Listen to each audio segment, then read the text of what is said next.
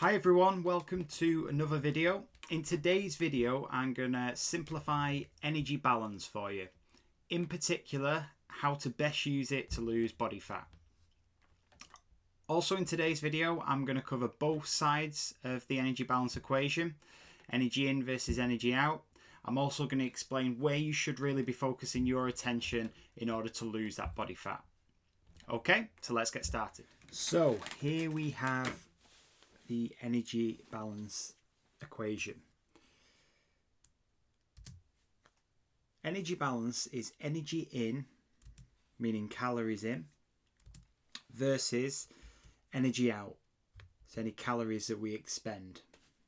Okay, as simple as that. On the energy inside, that includes anything that contains calories. So food or drink which contain calories will go into our energy inside. So it's anything we're taking on board. Pretty simple energy inside. Energy out, a little bit more complex. So we have 4 different areas for energy out. We have something called BMR, which is our basal metabolic rate.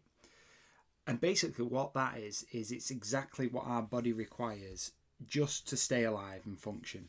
So for our respiratory, for our digestion, for our brain function, anything we require without any additional exercise or anything added in. That is our basal metabolic rate. You also may see that as RMR, which is resting metabolic rate. So it's the same thing. Next up, we have something called NEAT, which stands for non-exercise activity thermogenesis. And this is everything that isn't planned exercise. So think about your daily steps that you do. Think about hand gestures. Think about fidgeting. Think about standing. So anything that's not planned and structured exercise would come under that category of non-exercise activity. Next up, we have EAT, which stands for exercise activity thermogenesis. You may also see this labelled as just EA, exercise activity. This is everything now that is structured exercise. So think about the sessions that you might do in the gym. Think about any sporting activities that you do. So anything that is actually planned exercise would contribute to your exercise activity. And then the final thing we have is the thermic effect of food. So when we eat any sort of food, so any macronutrient, remember the main 3 macronutrients, fat, protein and carbohydrates, they all require our body a certain amount of energy just to be digested. And I'll talk a little bit more about that when we talk about how we can affect these areas for fat loss. Okay, so if we eat more calories than we burn off, so if our energy in is higher, think of it as scales. So if we are putting more energy in than we're expending, the simple thing that's going to happen is weight gain. And you may also see this labelled as calorie surplus. So we're eating more energy than our body requires, and that is simply then going to be stored as body fat. If we reverse that, so if our energy in is lower than our energy out, so if we are burning more calories than we're actually putting in, so we're doing more exercise, we're doing more daily steps, we've reduced our calorie intake, the result of that is going to be weight loss. And over a set period of time, that is then going to lead to body fat reduction, because we'll start to use our stored body fat, which we have in adipose tissue, for our energy. Okay, and you may also see that labelled as calorie deficit. So next up, what things can we change in the energy inside of the equation? And it's simple. Reduce our calories. That's the only thing we can do for fat loss on that side of the equation to result in a calorie deficit, ultimately to lose body fat. So we just need to reduce the amount of calories we take in. There's loads of ways we can do this. Thinking about the types of food we're eating, but just be aware at this point, the only thing we can do is reduce the total amount of calories we take in day to day. Now on the energy outside, what can we do to change for fat loss?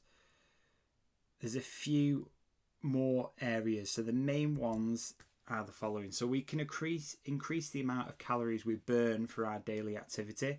Remember, that comes under that non-exercise activity. So day-to-day steps, we can increase that. We can try and spend more time in a standing rather than sitting position. So that's quite handy if you've got an office-based job. Regular breaks, standing, walking around the office if you can. Also maybe try and use a standing desk or stand a little bit more often. The next one is increase the amount of calories we burn through the gym or structured exercise. So think about what we're doing on a day-to-day basis in the gym. It doesn't have to be more sessions a week, although that is an option. It might just be more intense sessions while you're there. It could be more sets of a certain exercise, more time on a certain piece of equipment, less rest time. So there's loads of little things we can adapt in the gym rather than just adding extra sessions. But yeah, just to remember that is an option as well. And then the final thing on the thermic effect of food is we can increase the amount of protein we have in our diet. So like I said earlier, when we eat any type of food, our body already requires energy just to metabolize that food that we're taking in. Now, protein has a higher thermic effect on the body. So if we increase the amount of protein we eat, that is going to burn more calories when we're consuming it. And it's around 30% of the calories we consume from protein will be used as energy just to metabolize it. So the takeaway there is just try to increase the amount of lean protein within our diet. Okay, so there we have it. That right there in a nutshell is energy balance, the energy balance equation, energy in versus energy out. I hope you found that useful. One more point to cover just before we go. If you or anybody you know has ever dieted and ended up losing weight from that diet, the thing to understand is what they have done is basically created an energy deficit. So they have created a calorie deficit over a given period of time, which has led to them losing weight. So there is no superior diet. A diet is one that can create an energy deficit which you can sustain over a certain period of time. So there's nothing special, there's nothing magical about it. The challenge becomes trying to find a dieting protocol, if you like, which you are able to sustain and stick to. That is where the big challenge is, and that's what a lot of people struggle with nowadays. So I hope you found that useful. If you enjoyed the video, please give it a thumbs up, share with a friend, and also click the bell icon as well just to get updates. I've got loads of future videos planned, so keep an eye out on the channel and hopefully you take something away from this.